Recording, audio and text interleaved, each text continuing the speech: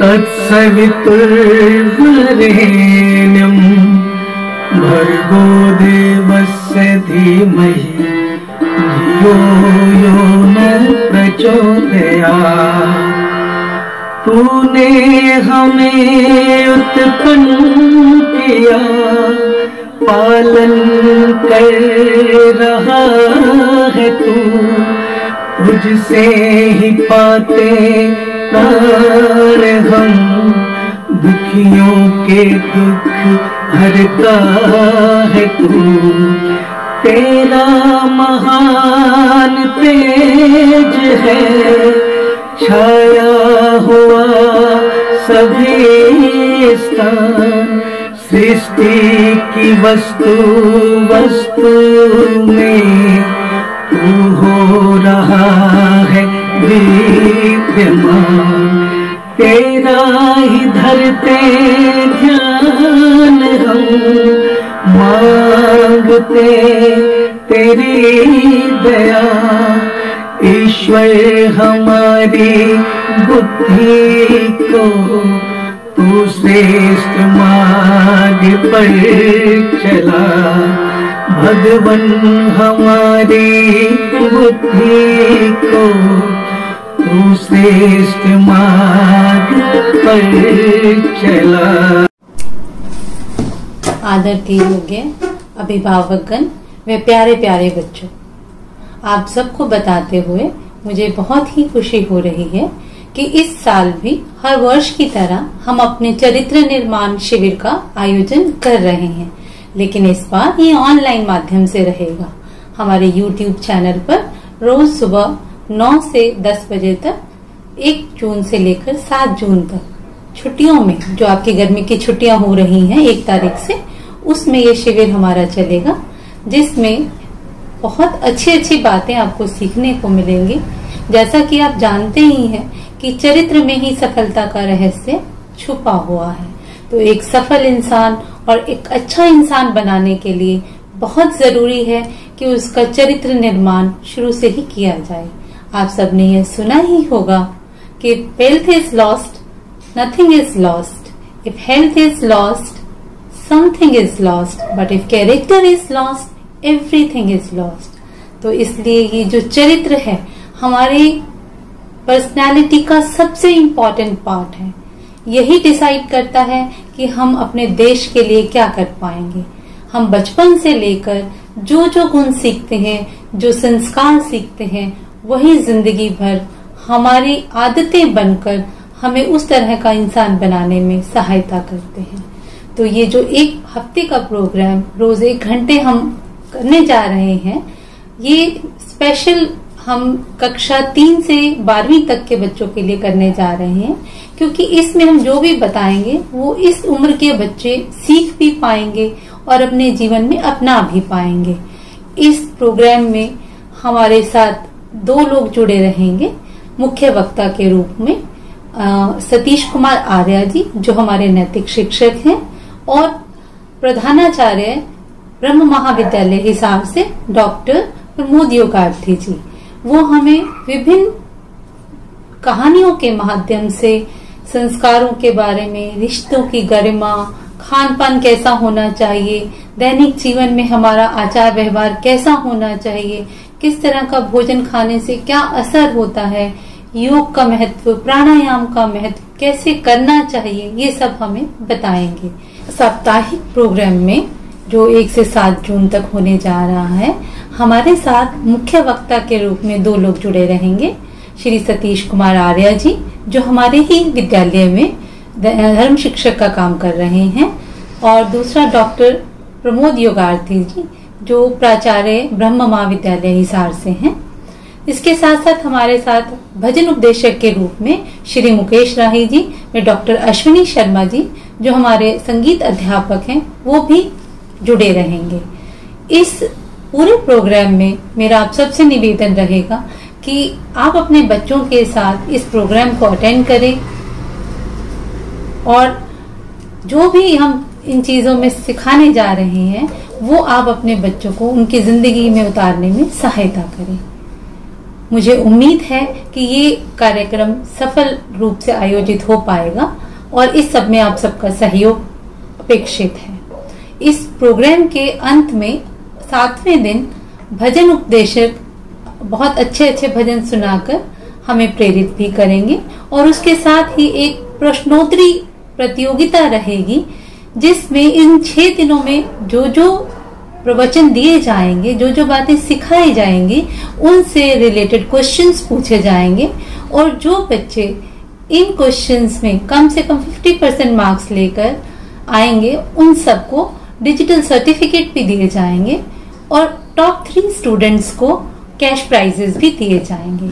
तो मुझे उम्मीद है कि सभी माता पिता अपने बच्चों को प्रेरित भी करेंगे, उत्साहित भी करेंगे और उनके चरित्र निर्माण में पूरी सहायता करेंगे। धन्यवाद। आदर व सम्मान के योग्य प्रधानाचार्य जी, अभिभावक बंधु एवं देश के होनहार व कर्णधार प्यारे प्यारे बच्चों, गत वर्षों की भांति इस वर्ष भी विद्यालय की प्राचार्य श्रीमती सुनीता मदान जी के नेतृत्व में चरित्र निर्माण सत्र का आयोजन किया जा रहा है, जिसमें ब्रह्म महाविद्यालय हिसार के प्राचार्य डॉक्टर प्रमोद योगार्थी जी का भी प्रवचनों के रूप में हमें आशीर्वचन मिलेगा तथा इस 7 दिवसीय कार्यक्रम के अंतिम दिन भजन गायन तथा एक वैदिक प्रश्नोत्तरी प्रतियोगिता कराई जाएगी। मुझे आशा है कि आप इस कार्यक्रम में तथा प्रश्नोत्तरी प्रतियोगिता में बढ़ चढ़ करके भाग लेंगे और इस कार्यक्रम को सुंदर बनाएंगे। प्यारे बच्चों, कार्यक्रम को प्रारंभ करने से पहले हम परमात्मा की स्तुति करते हुए गायत्री मंत्र का उच्चारण करेंगे। आप सब मेरे साथ मिलकर के गायत्री मंत्र को बोलेंगे।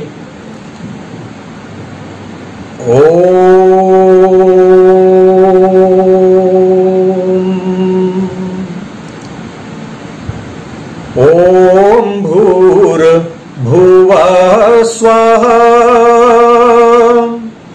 तत्सवितुर्वरेण्यम् भर्गो देवस्य धीमहि धियो यो नः प्रचोदयात्।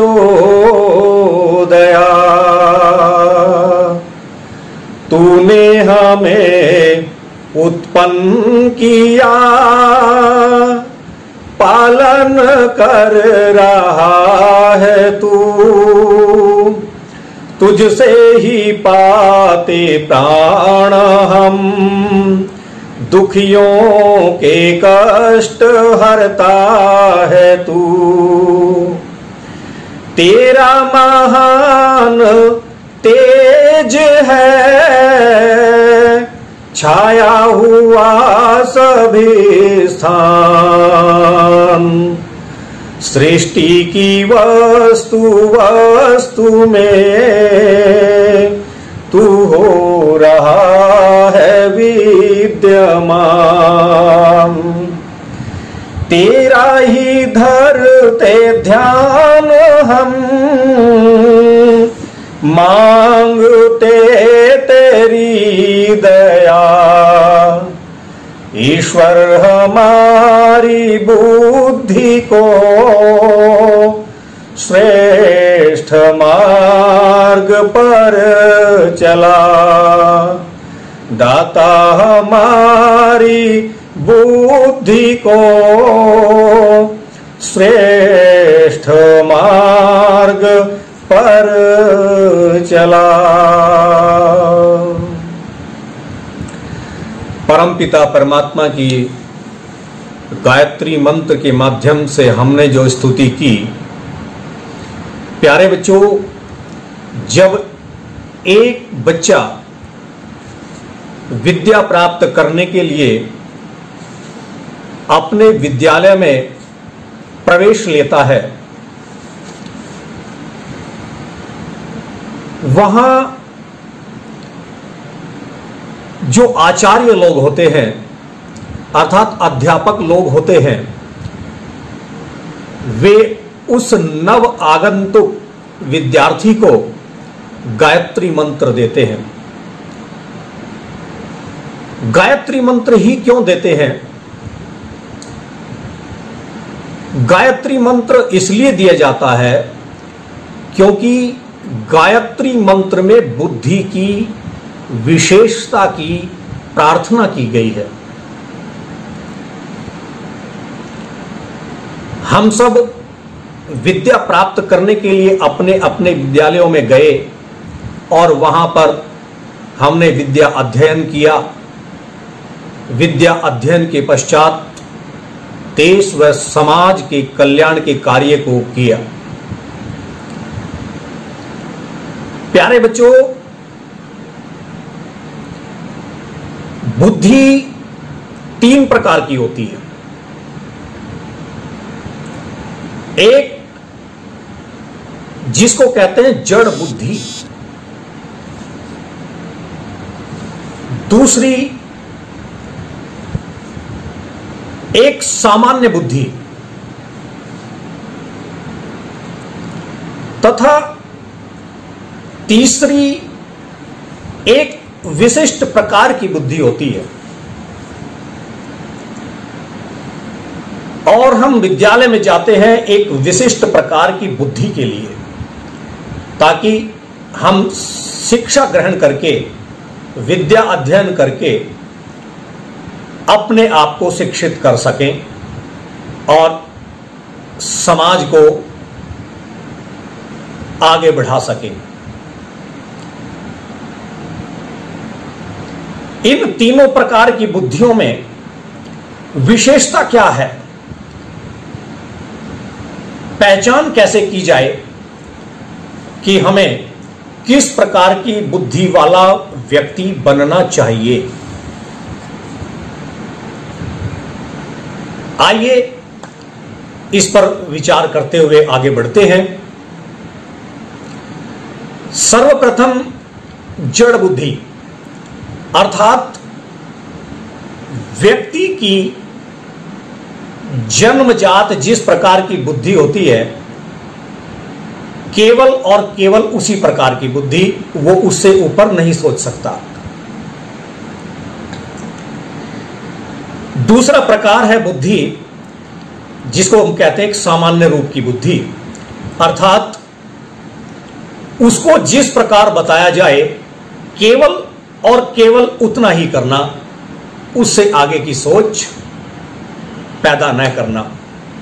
यह एक सामान्य बुद्धि का स्तर है।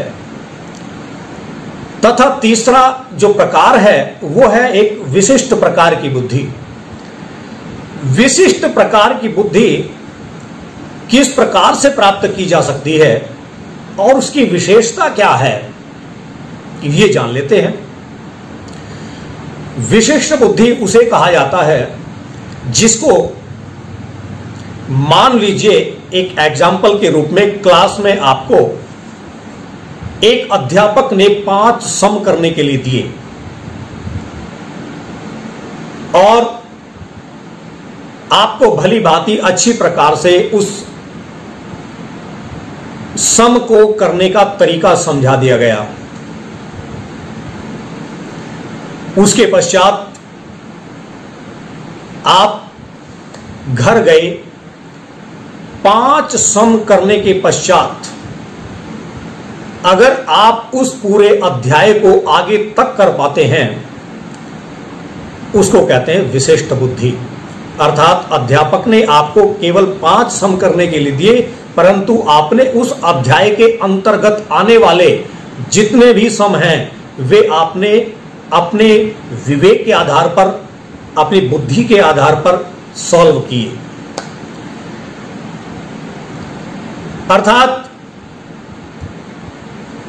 आप इस प्रकार की बुद्धि वाले हो जिस प्रकार एक बांस की लकड़ी लीजिए और बांस की लकड़ी को जब आप 2 भागों में बांटना चाहोगे, आप उस पर चिन्ह लगा करके, एक स्थान पर चिन्ह लगा करके उस बांस को 2 भागों में उस चिन्ह तक उसको आप फाड़ने का प्रयास करेंगे तो वो बांस चिन्ह तक नहीं फटेगा। चिन्ह तक तो सोच आपकी थी, आपका टारगेट था, परंतु वो बांस उस चिन्ह से आगे तक निकल जाएगा, आगे तक फट जाएगा। इसी प्रकार से विशेषता होती है हमारी तीक्ष्ण बुद्धि की। बुद्धि की सूक्ष्मता की यही पहचान होती है कि जितना हमें बताया जाए उससे ज्यादा विचार करना, समझना, ये एक विशिष्ट प्रकार की बुद्धि का कार्य होता है। प्यारे बच्चों, गायत्री मंत्र के अंदर अंतिम पद में यही प्रेरणा दी गई है कि धियो यो नः प्रचोदयात्। अर्थात हे परमपिता परमात्मा, हे प्यारे प्रभु, दुख विनाशक, सुख के देने वाले परमात्मा, आप मेरी बुद्धि को तथा मेरे कर्मों को सन्मार्ग की ओर लेकर के चलो, कुमार्ग की ओर लेकर के मत चलो।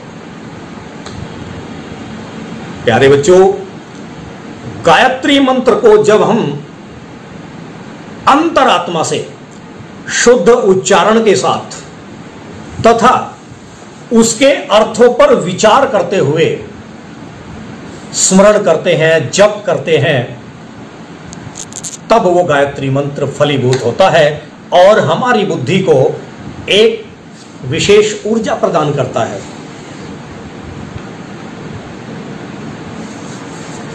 गायत्री मंत्र को कब और कैसे जपना चाहिए ताकि उसकी ऊर्जा, उसकी वो पावर हमें मिलती रहे।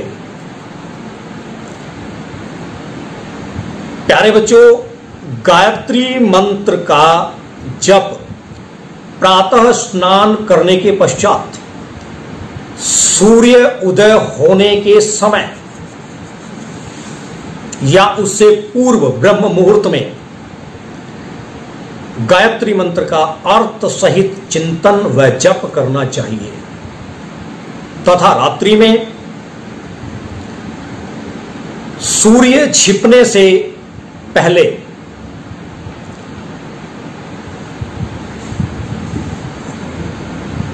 पश्चिम की ओर मुख करके गायत्री मंत्र को अर्थ चिंतन सहित जप करना चाहिए। इस प्रकार इस विधि के अनुसार जब हम गायत्री मंत्र का नित्य प्रति पाठ करते हैं तो हमारी बुद्धि एक भेषजीय अर्थात विशेष प्रकार की बुद्धि बन जाती है। बुद्धि के अंदर एक विशेष प्रकार की ऊर्जा उत्पन्न होती है। प्यारे बच्चों, इसी संदर्भ में मुझे एक संस्मरण याद आता है। वो संस्मरण मैं आपके सामने रखना चाहूंगा और मुझे आशा है कि उस संस्मरण से आपको अवश्य ज्ञान प्राप्त होगा। प्यारे बच्चों, महात्मा आनंद स्वामी जो आर्य समाज के एक प्रसिद्ध सन्यासी के रूप में ख्याति प्राप्त है, महात्मा आनंद स्वामी जी कहते हैं कि जब वे 8 या 9 वर्ष के थे तब मंद बुद्धि होने के कारण बड़े निराश रहा करते थे, क्योंकि अध्यापकों द्वारा जो भी उनको पढ़ाया जाता था वो उनको स्मरण नहीं होता था, जिस कारण उनको कदम कदम पर डांट पड़ा करती थी। महात्मा आनंद स्वामी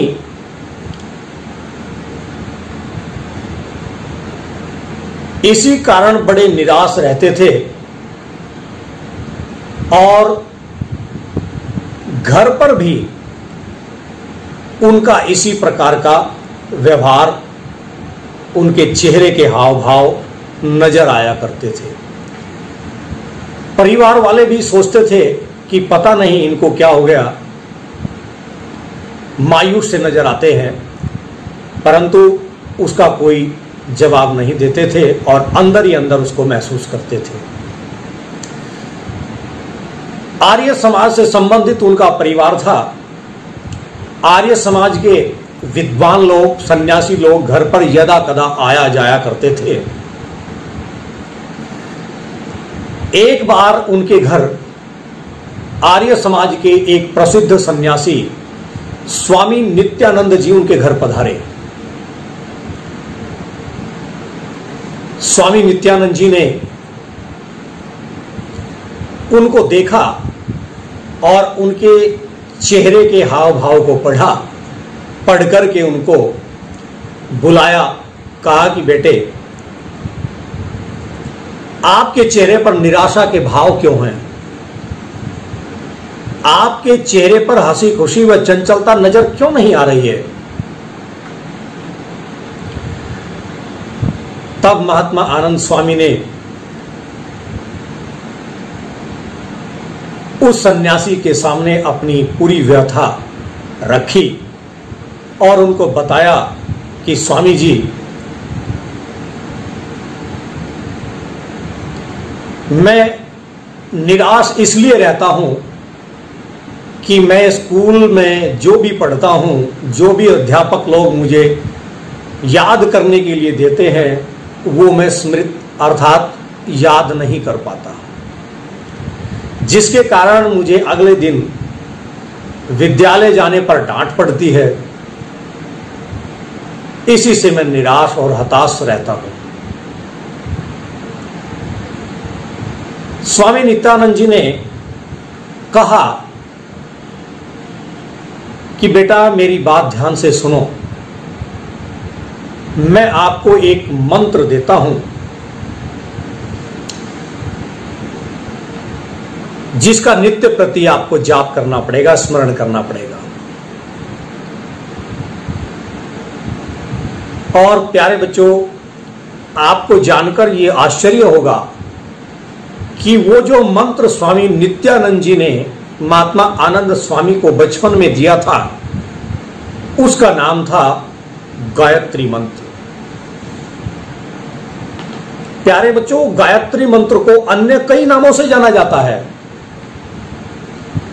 महामंत्र, सावित्री मंत्र, सविता मंत्र,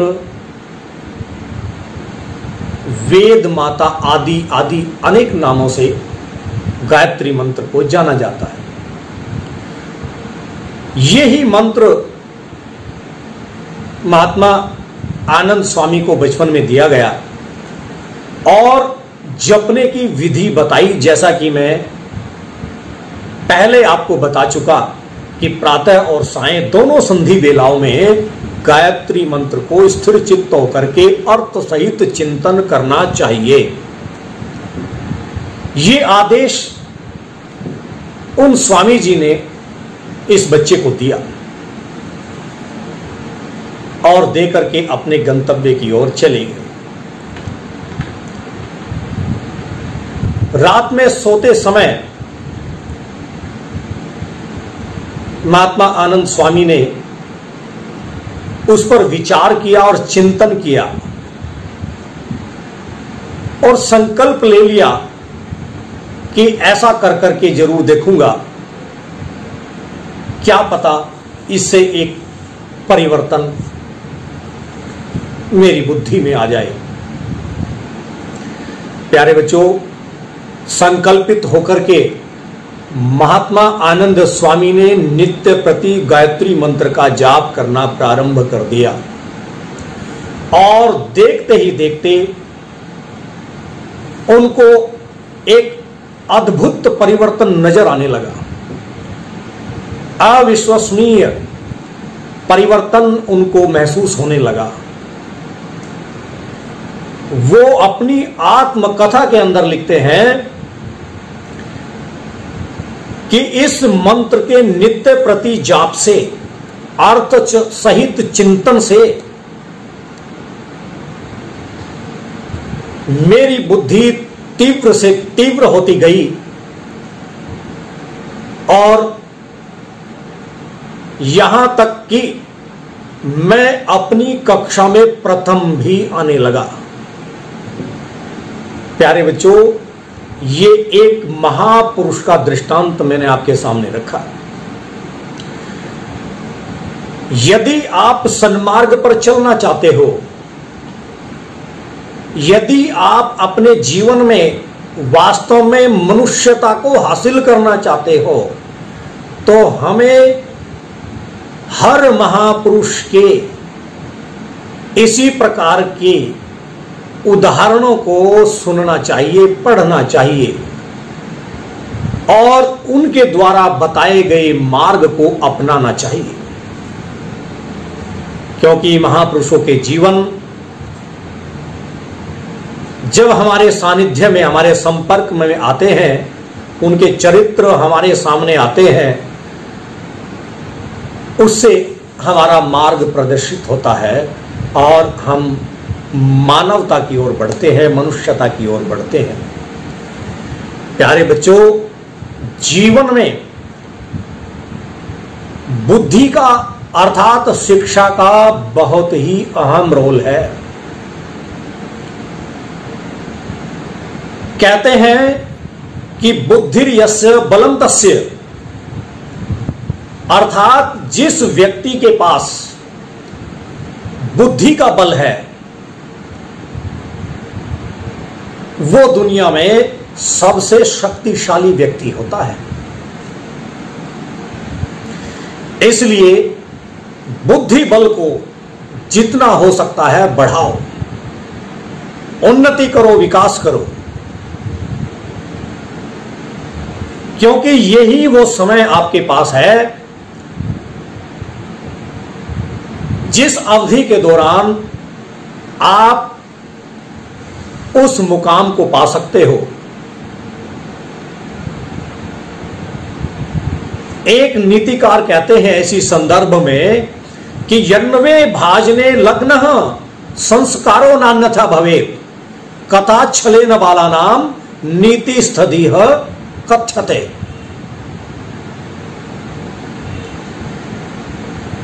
आप सब बच्चों ने मिट्टी के बर्तन देखे होंगे। उनको कौन बनाता है? उनको एक कुम्हार बनाता है। उसके पास यंत्र क्या होता है?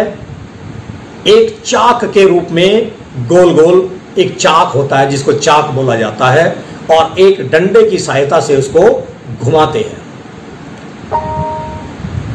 घुमा करके उस पर मिट्टी रख करके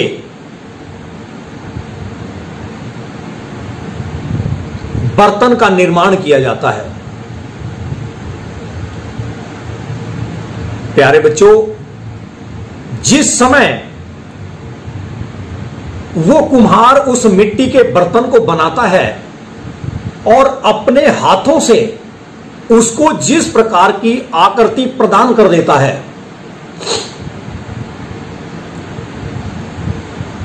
तत्पश्चात धूप में सुखा देता है, उसके भी बाद उसको अग्नि में तपा देता है। जब वो एक कच्ची मिट्टी से बना बर्तन अग्नि में तप जाने के पश्चात परिपक्व हो जाता है, तब उसके बाद आप उस बर्तन की आकृति को परिवर्तित नहीं कर सकते। क्यों नहीं कर सकते? इसलिए नहीं कर सकते क्योंकि अब वो मिट्टी परिपक्व हो गई है, पक करके लाल हो गई है। अब उसमें परिवर्तन की कोई संभावना नहीं। हां, परिवर्तन हो सकता था, परंतु जिस समय वो कुम्हार उस बर्तन को निर्माण कर रहा था, उस बर्तन का आकार दे रहा था, उस समय उसमें संभावना थी कि उसकी आकृति को एक बार फिर बिगाड़ करके पुनः दूसरी आकृति में उसको ढाल सकता था, परंतु पक जाने के पश्चात संभव नहीं। ठीक उसी प्रकार बच्चों, आप सबकी आयु एक है। इस आयु में आप अपने आप को जिस दिशा में ले जाना चाहो, जिस आकृति में ढालना चाहो, उसी प्रकार का रूप, उसी प्रकार का आकार आपका हो जाएगा, बन जाएगा। परंतु एक अवस्था आपकी ऐसी आएगी, आपकी आयु अधिक हो जाएगी, उसके पश्चात अगर आप अपने आचार में, विचार में, व्यवहार में अगर परिवर्तन करना चाहें तो संभव नहीं, आसान नहीं। इसलिए ये वक्त है, ये समय है, ये चरित्र निर्माण सत्र इसीलिए रखा गया है ताकि समय रहते हुए हम अपने आप को एक मनुष्य के रूप में प्रदर्शित कर सकें, अपनी संस्कृति को बनाए रखने के लिए अपने अंदर सुंदर विचारों का आगमन करा सके। प्यारे बच्चों, जिस व्यक्ति के पास विद्या आ जाती है, अर्थात वो शिक्षित हो जाता है, उसके जीवन में स्वतः ही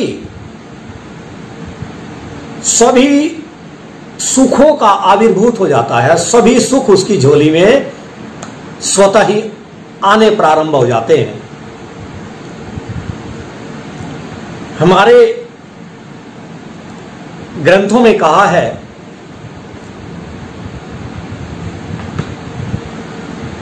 कि विद्या ददाति विनयम विनयाति दाति पात्रताम पात्रत्वात् धनाप्नोति धनात् धर्मम ततः सुखम।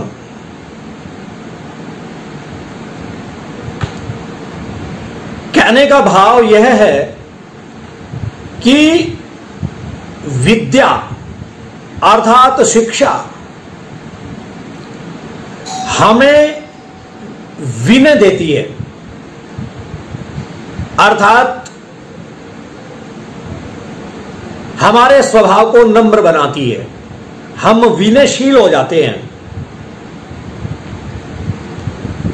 और जिस व्यक्ति के अंदर ये नम्रता के भाव आ जाते हैं, विनयशीलता आ जाती है, उस व्यक्ति के अंदर योग्यता भी उत्पन्न होने लगती है, अर्थात पात्रता आ जाती है।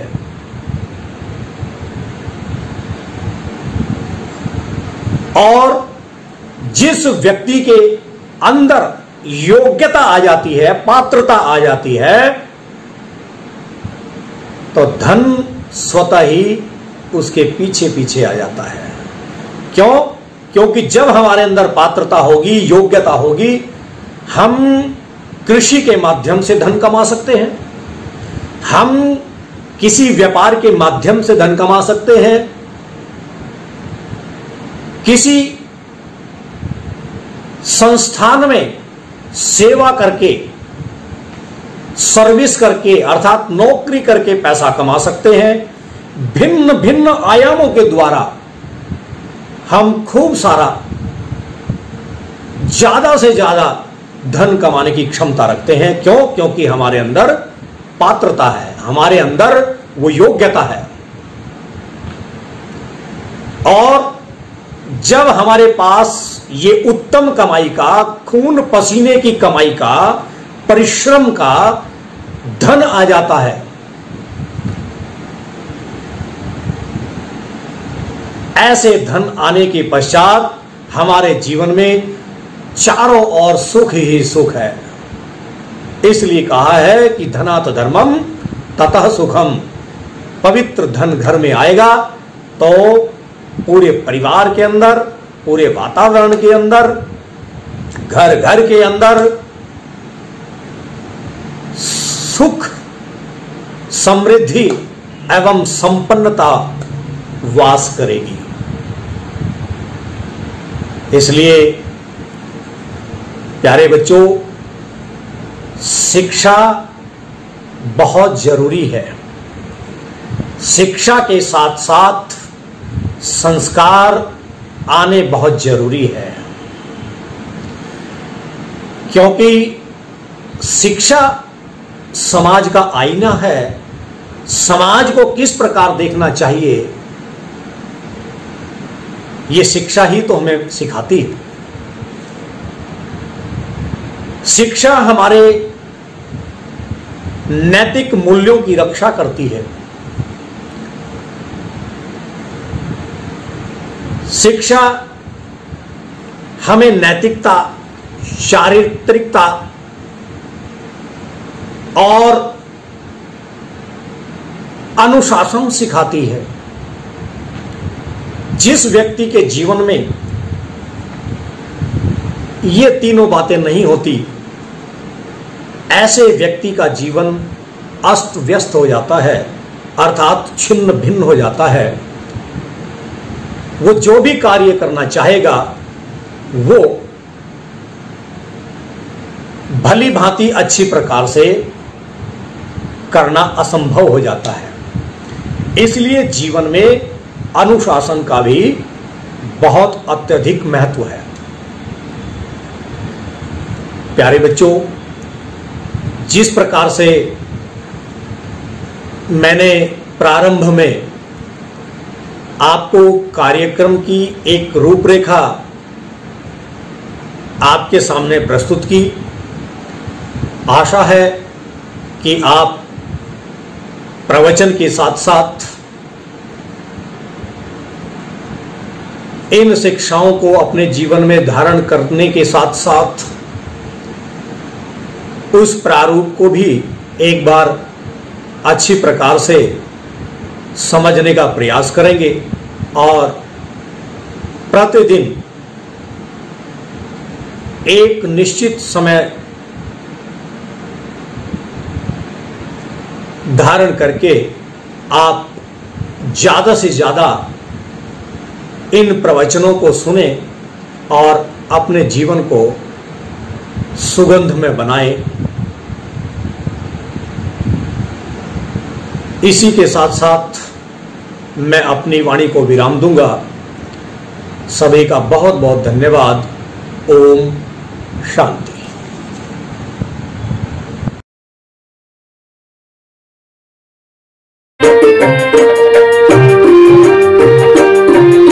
शांति कीजिए प्रभु त्रिभुवन, शांति कीजिए प्रभु त्रिभुवन।